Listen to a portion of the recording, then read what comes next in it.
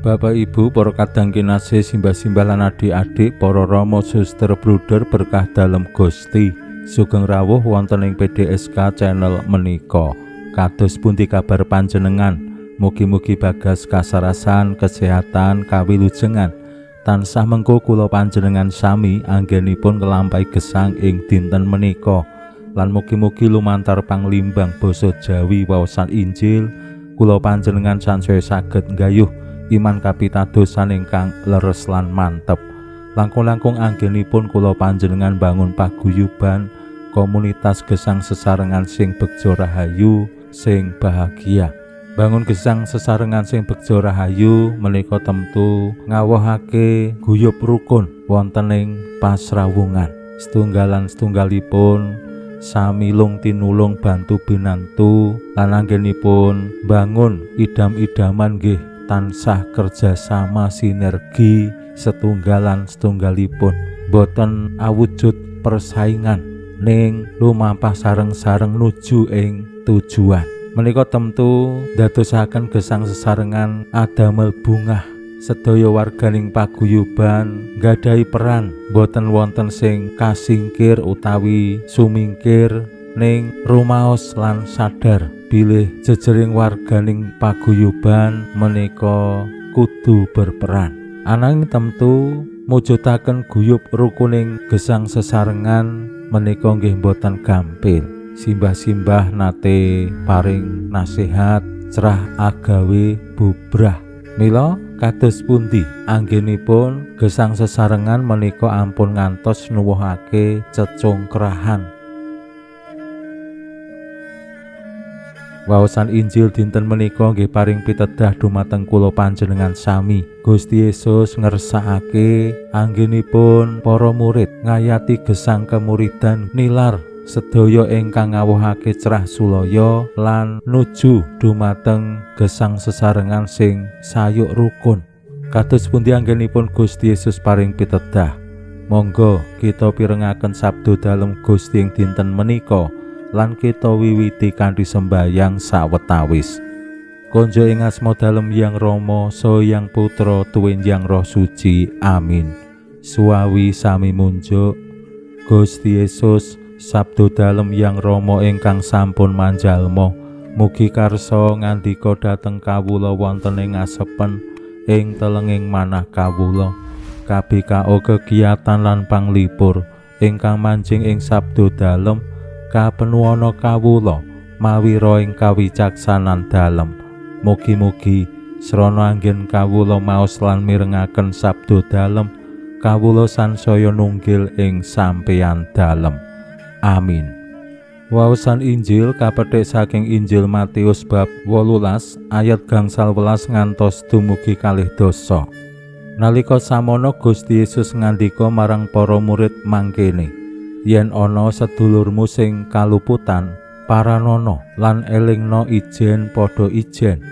Yen kono nggugu kowe badhe sedulur, dene yen ora nggugu ngajak wong liya siji apa loro, supaya marga sineksen wong loro utawa telu prakarane dadi gamblang. Dene yen meksa ora nggugu aturna marang pasamuan. Lah yen marang pasamuan ya ora nggugu, anggepen kapir lan juru mupu beo. Aku kandha mangkene, apa sing kok taleni ana ing donya ya bakal tinalenan ana ing swarga, lan apa sing kok udari ana ing donya ya bakal udar ana ing swarga. Dak tambahi kandhaku, yen ana ing donya kene ana wong loro sing rerukunan lan duwe panyuwune bakal dikabulake dening Ramaku ing swarga. Awit ngendi ana wong loro utawa telu sing ngumpul, aku ana ing kono. Makaten sabda dalem Gusti. Suawi sami munjuk. Gusti, kawula munjuk sembah nuwun karana sabda dalem. Sabda dalem dadosa obor ingkang madangi margining gesang kawula. Katuntuna kawula sageta sabda dalem menika numusi manah ngantos tansah ngrembaka kangge nggayuh gesang ing suwarga. Amin. Bapak Ibu para kadang kinasih, simbah-simbah lan adik-adik, lumantar waosan Injil dinten menika Gusti Yesus paring tuntunan lan ugi pitedah dumateng para murid dalem kados pundi mbangun gesang sesarengan sing guyub rukun. Ingkang sepisan Gusti paring tuntunan kados pundi anggenipun ngudari masalah yen ana sing kaluputan. Boten lajeng kaluputane disebar luaskan utawi diumumake ing antarane sedaya warganing paguyuban, ning yen bisa dirampungke ijen mbaka ijen supados kaluputane kasidhem. Menika temtu penting awit Gusti Yesus ngersakake supados wong sing salah boten tercoreng harga dirinya.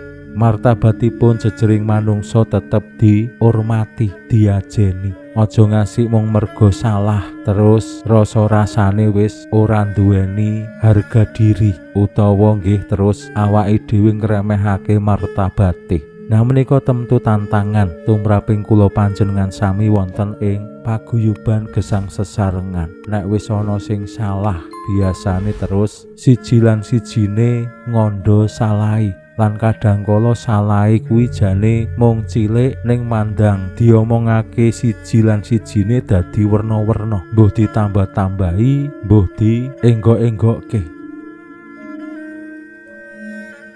Saengga ing tengahing gesang sesarengan dadi gedhe, masalahe utawa kaluputane dadi gedhe, kriwikan dadi grojokan. Awit menapa wonten ing gesang sesarengan sing ngerti salahe sapa, sing ngandhake salahe sapa? Tiang-tiang sing kadangkala ora ngerti salahe, ora weruh salahe ning melu cawe-cawe le ngandhakake. Padahal ora ngerti dhewe, ora krungu dhewe, mung diceritani. Nah menika sing adamel gesang sesarengan dadi runyam.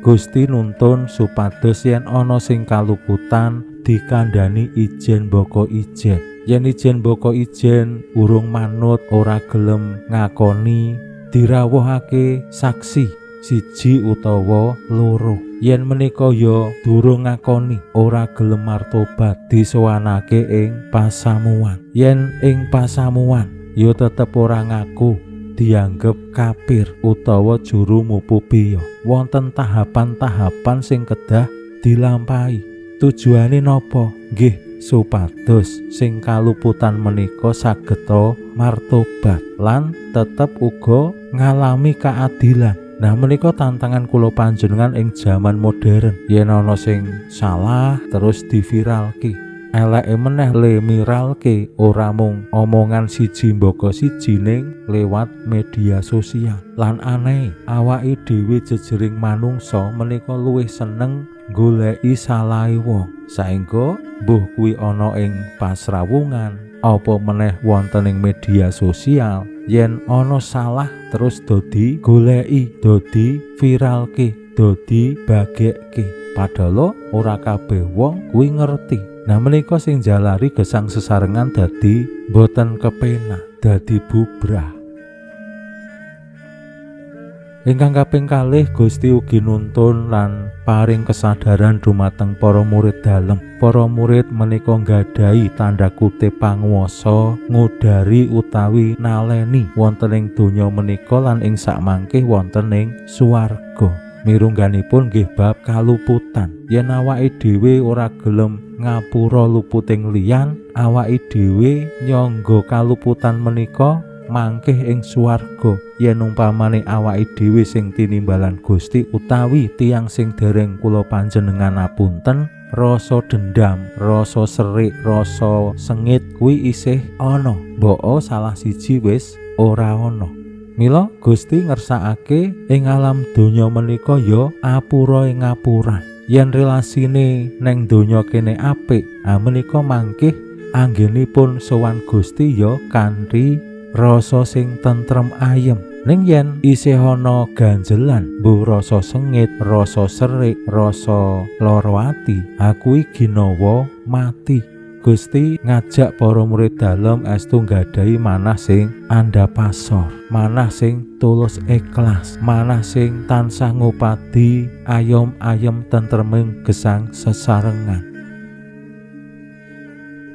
Lan ingkang pungkasan, Gusti ugi paring pitedah bilih wonten ing gesang sesarengan menika Gusti ugi tansah nenggani. Pinuji Allah sakmenika sarta ing salami-laminipun. Salam sehat, salam bahagia, salam katentreman. Lan mugi-mugi lumantar panglimbang dinten menika kula panjenengan tansah jinangkung ing berkah dalem Gusti ingkang Maha Kuwasa, Hyang Rama saha Hyang Putra tuwin Hyang Roh Suci. Amin.